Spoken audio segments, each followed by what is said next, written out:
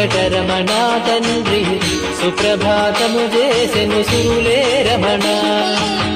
పంచామృతములతో వెంకటరమణ తండ్రి నిత్యాభిషేకములే నిత్యము రమణ